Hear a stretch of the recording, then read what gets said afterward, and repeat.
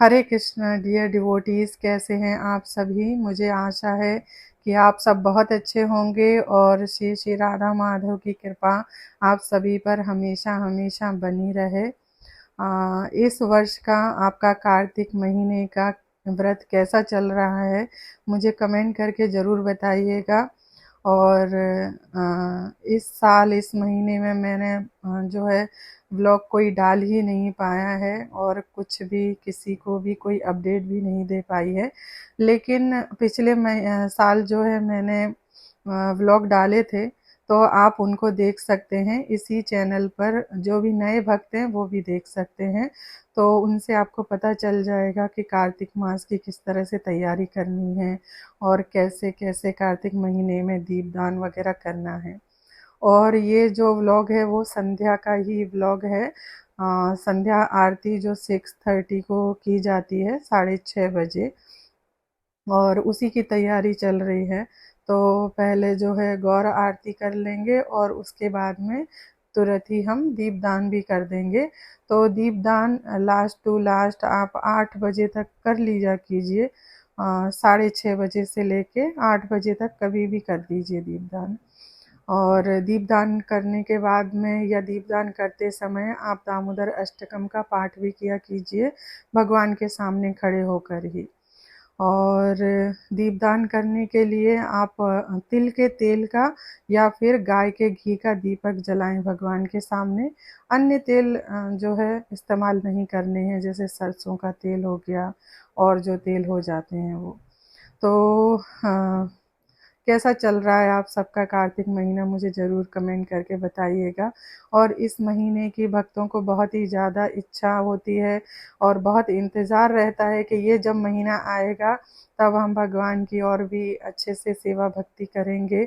इस महीने में की गई सेवा भक्ति हमें लाखों गुना जो है अधिक फल प्राप्त करवाती है।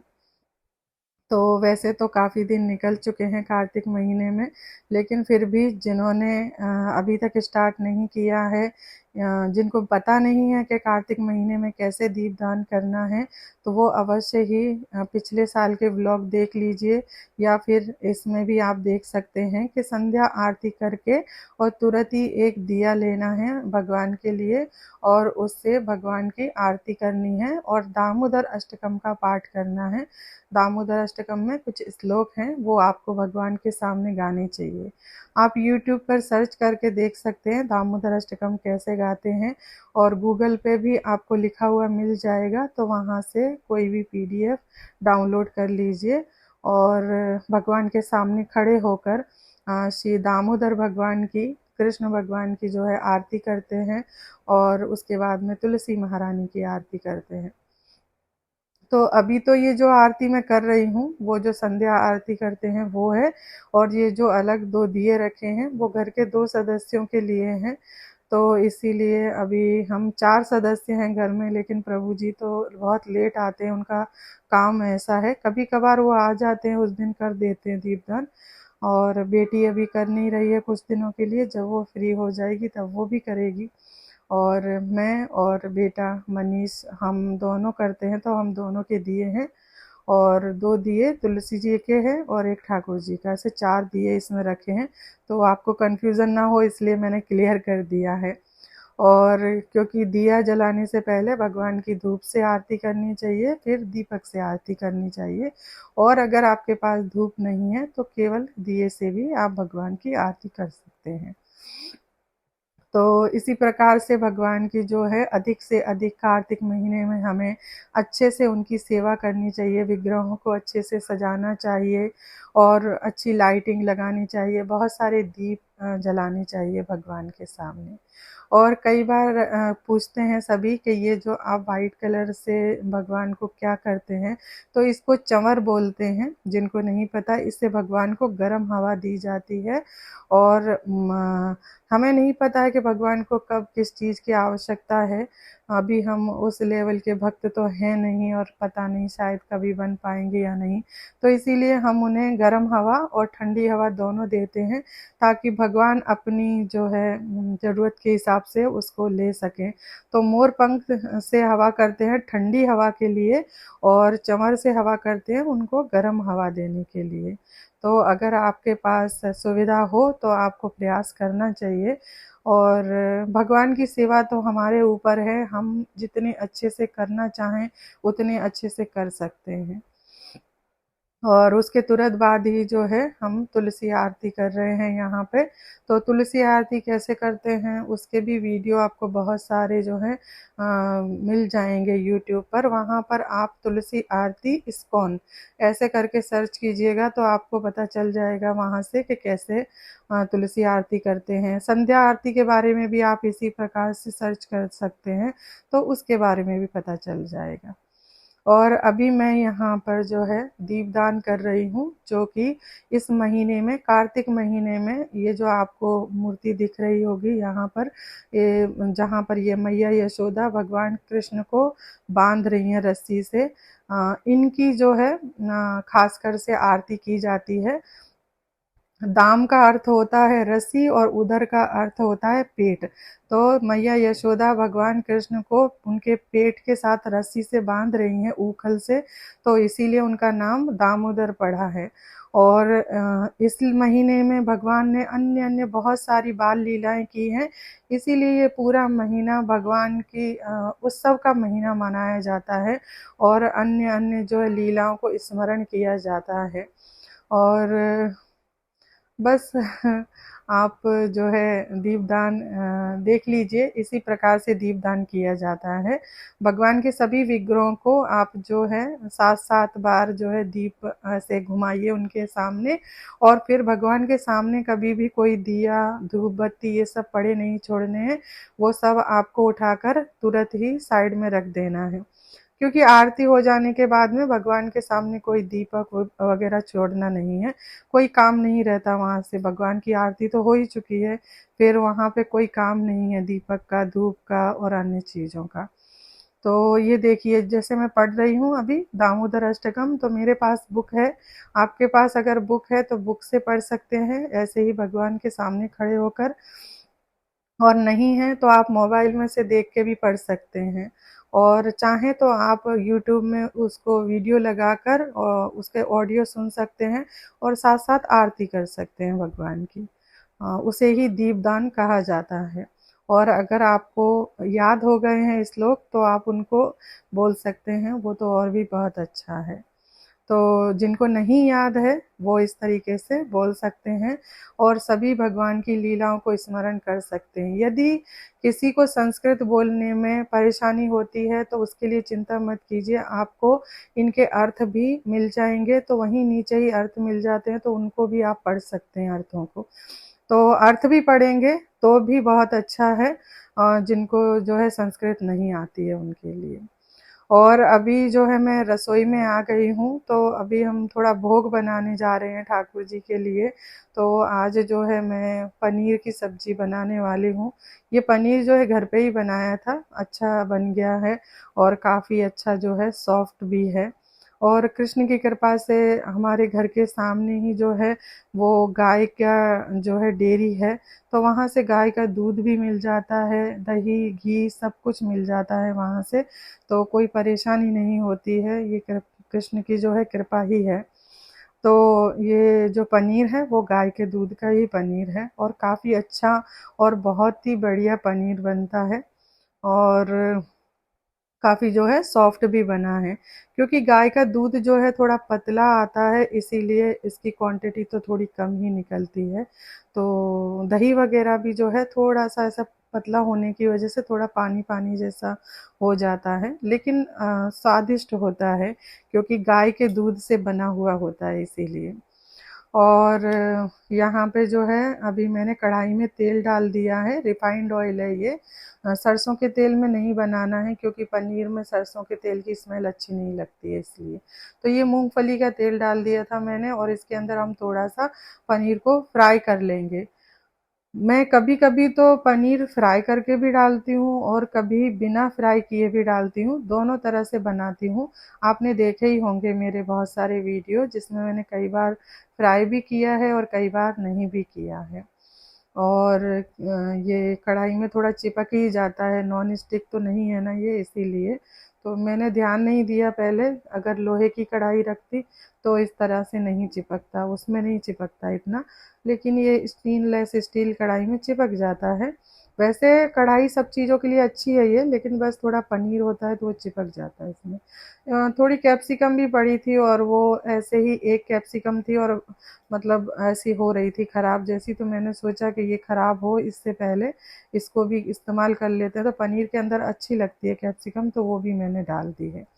यहाँ पे हम ग्रेवी बना रहे हैं पनीर के लिए, तो टमाटर ले लिए हैं मैंने 5-6 जितने, और हरी मिर्च 2 ले ली, अदरक ले लिया है, और ये थोड़े 1 मुट्ठी जितने काजू और थोड़ी सी द्राक्ष डाले हैं, और ये दूध की मलाई है, तो ये भी इसके अंदर डाल दिया, थोड़ा पानी भी डाल दिया है, और बस अभी हम इसको पीस लेंगे और इसकी ग्रेवी बना लेंगे अच्छी तरह से पीस के। और हाँ, शाम को वैसे ज़्यादातर जो है मैं भोग नहीं बनाती हूँ, मैं भोग एक ही समय बनाती हूँ सुबह में, यानी कि दोपहर का जो भोग होता है, और वो जल्दी लग जाता है हमारे घर में 9-10 बजे तक ज़्यादा से ज़्यादा। शाम का जो है कोई भी भोग नहीं होता है वैसे तो, कुछ फल फ्रूट भगवान को लगा देती हूँ, या फिर कभी कुछ स्नैक्स जैसा बनता है तो भगवान को भोग लगता है, अदरवाइज़ पूरा खाना जो है पूरे जो है भोग नहीं बनता है। और ये मैंने ये तेल ले लिया था कढ़ाई के अंदर, उसमें ये जीरा जो है डाल दिया था, और इलायची, दालचीनी, तेज़पत्ता, और फिर उसके बाद में जो हमने ग्रेवी की थी वो डाल दी है। अब इसके अंदर हम जो भी बेसिक मसाले हैं हमारे रूटीन के वो डाल देंगे, हल्दी, मिर्ची, धनिया पाउडर, थोड़ा-सा गरम मसाला, और ये थोड़ा-सा सब्ज़ी मसाला भी डाल देंगे। और ये सब्ज़ी मसाला जो आता है बहुत अच्छा आता है, तो आप जो है जब भी कोई मसाले लेते हैं तो उसके इंग्रेडिएंट्स जो है आप पढ़ लिया कीजिए। ख़ासकर जो सब्ज़ी मसाला होता है तो उसमें कई बार अनियन और गार्लिक होता है, लेकिन ये मैं जो एवरेस्ट का लेके आती हूँ इसमें नहीं होता है, तो ये बहुत ही अच्छा है। और अभी हम आटा लगा लेंगे, और इसके बारे में बहुत सभी पूछते हैं ये कौन सी कंपनी का है, इसमें दिख रहा है ओमायासा है, लेकिन ये वाली कंपनी जो है ऑनलाइन अवेलेबल नहीं है कहीं पे भी। मैंने तो लोकल मार्केट से ही ये ख़रीदा था बहुत साल पहले, तो आपको और अच्छे अच्छे ब्रांड मिल जाएंगे जो है अमेज़न वगैरह पे, और आप चाहेंगे तो मैं लिंक भी रख दूँगी डिस्क्रिप्शन बॉक्स में, तो आप वहाँ से देख लीजिएगा। लेकिन ये बहुत ही अच्छी मशीन रहती है, अगर आपके हाथ में, कंधे में कहीं पर भी दर्द है, कोई तकलीफ़ है, जैसे कि मेरे हाथ में तकलीफ़ है, तो मैं ज़्यादातर इसी के अंदर आटा लगाती हूँ, और इसके अंदर इतना अच्छा आटा लगता है ना कि मैं आपको क्या बताऊँ। इसका जो डिटेल वीडियो है वो मैं पहले ही चैनल पे डाल चुकी हूँ, आप सभी की डिमांड पे, और आप सब ने बोला था कि माताजी बताइएगा हमें कैसे इसको ऑपरेट करते हैं और कैसे इसमें काम करते हैं, तो वो सब मैंने आपको बताया है, आप देख लीजिएगा। और बस देखिए बात करते करते ही हमारा आटा भी लग के तैयार हो गया है, 1 मिनट भी नहीं लगता, और आटा जो है इसमें बहुत अच्छी तरह से लग जाता है। थोड़ा सा बस आधा चम्मच 1 चम्मच जितना ऑयल डाल देंगे, क्योंकि यहाँ हमारे यहाँ पर आटा बहुत ज़्यादा बारीक आता है, और अगर इसमें थोड़ा सा हम तेल नहीं डालते तो ये बहुत ज़्यादा हाथों में चिपकता है, तो बस थोड़ा सा इसको समेटने के लिए हमें तेल डालना पड़ता है, बाकी मैं आटे में बहुत ज़्यादा तेल वगैरह नहीं डालती हूँ। अदरवाइज़ यहाँ गुजरात में तेल भी डालते हैं आटे के अंदर, तो 4-6 चम्मच जितना। आटा हमारा लग गया है तो मैंने इसे उठा के रख दिया है साइड में। अभी हमारी ग्रेवी देख लेंगे, तो ये ग्रेवी पे देखिए बहुत अच्छा सा जो है घी, तेल ऊपर आ गया है, घी मलाई के अंदर से, और तेल तो हमने डाला ही था। और अभी ग्रेवी जो है उसको कैसी कंसिस्टेंसी रखनी है वो आप देख लीजिए, उसके हिसाब से पानी डाल दीजिए, और जो है नमक डाल देंगे ज़रूरत के हिसाब से इसमें, और अच्छी तरह से इसको चलाकर देख लेंगे, और थोड़ा इसको उबाल आने देंगे, क्योंकि हमने इसमें पानी डाला है ना, तो वो अच्छे से उबल जाए, फिर उसके बाद में इसमें पनीर और कैप्सिकम डाल देंगे। आप चाहें तो मटर भी इसके अंदर डाल सकते हैं, वो भी बहुत अच्छी जो है लगती है। आपकी चॉइस है, आप कुछ भी जो है और भी वेजिटेबल्स वगैरह अगर आप चाहें इसके अंदर तो वो भी डाल सकते हैं, जैसे गाजर है, फूल गोभी है, जो है वो डाल सकते हैं आप। तो मिक्स वेज सब्जी भी आपकी बन जाएगी इसी ग्रेवी के साथ में। तो आज क्योंकि सुबह में जो है भोग नहीं बना था, ऐसे ही थोड़ा नाश्ता बना था, तो सुबह भोग लग गया था, इसीलिए आज जो है रात को पूरा खाना जो है भगवान का जो भोग है वो बन रहा है। और मैंने इसके अंदर कसूरी मेथी डाली थी और थोड़े काजू डाल दिए हैं। ये अपनी चॉइस के ऊपर है काजू वगैरह, लेकिन कसूरी मेथी डालेंगे तो उससे इसका जो है स्वाद और अच्छा निखर के आता है, तो बहुत ही टेस्ट बढ़ जाता है कसूरी मेथी से। और अभी बस हम गरम-गरम रोटियां सेक लेंगे। और रोटियां तो आप सभी को आती ही हैं कैसे बनाते हैं, किस तरीके से बनाते हैं, तो उसमें तो मुझे कुछ बताने की आपको ज़रूरत ही नहीं है। और बहुत अच्छी जो है फूली-फूली रोटी बनती है, क्योंकि आटा बहुत अच्छा लग जाता है मशीन के अंदर। तो जैसा हम हाथों से लगाते हैं बिल्कुल उससे भी मैं तो ये कहूँगी ज़्यादा अच्छा इस मशीन के अंदर आटा लग जाता है। तो जिनको भी प्रॉब्लम होती है हाथों में वो इस तरह से काम कर सकते हैं। अदरवाइज़ अगर आपके हाथ सही सलामत हैं तो आपको हाथों से ही काम करना चाहिए, क्योंकि इससे हमारे हाथों की एक्सरसाइज़ होती है। लेकिन मैं इसीलिए उनके लिए बता रही हूँ ज़्यादा जिनको प्रॉब्लम है। तो बस रोटी मिल गई है, अभी हम रोटी जो है सेक लेंगे। और आपको कैसे लगते हैं व्लॉग, कहाँ-कहाँ से आप देख रहे हैं, मुझे ज़रूर जो है कमेंट करके बताइएगा। और चैनल को सब्सक्राइब भी कर लिया कीजिए और लाइक कीजिए, कमेंट कीजिए और ज़्यादा से ज़्यादा भक्तों के साथ में, ज़्यादा से ज़्यादा लोगों के साथ में इसे शेयर कीजिए। क्या पता कौन जो है इसके इंतज़ार में बैठा हो और वीडियो देखने के बाद वो भी कृष्ण की भक्ति और सेवा में आ सके। हालाँकि आप सबके मुझे जो है बहुत ही अच्छे-अच्छे कमेंट मिलते हैं और मुझे बहुत ही खुशी होती है उन कमेंट को पढ़ने के बाद में, और मैं पढ़ती भी हूँ। कभी मैं आपको रिप्लाई नहीं कर पाती तो उसके लिए मुझे क्षमा कीजिएगा। बहुत ही ज़्यादा व्यस्तता होती है, सेवाएँ होती हैं, लेकिन मैं आप सबके कमेंट ज़रूर पढ़ती हूँ और हमेशा उनको लाइक भी करती हूँ। आप चाहें तो मुझे इंस्टाग्राम पे फ़ॉलो कर सकते हैं, इसी नाम से इंस्टाग्राम पे भी जो है मेरा पेज है। और फ़ेसबुक पे भी आप फ़ॉलो कर सकते हैं मुझे, वहाँ पर भी जो है पेज है। तो वहाँ पे काफ़ी सारे फ़ॉलोअर्स हैं। और हमारा टेलीग्राम ग्रुप है उसको भी जॉइन कर सकते हैं, वहाँ पे काफ़ी सारे जो माताजीज़ हैं वो उस ग्रुप में हैं। और बहुत अच्छे-अच्छे आपको वहाँ पर सभी भगवान की सेवा भक्ति से रिलेटेड सीखने को मिलेगा।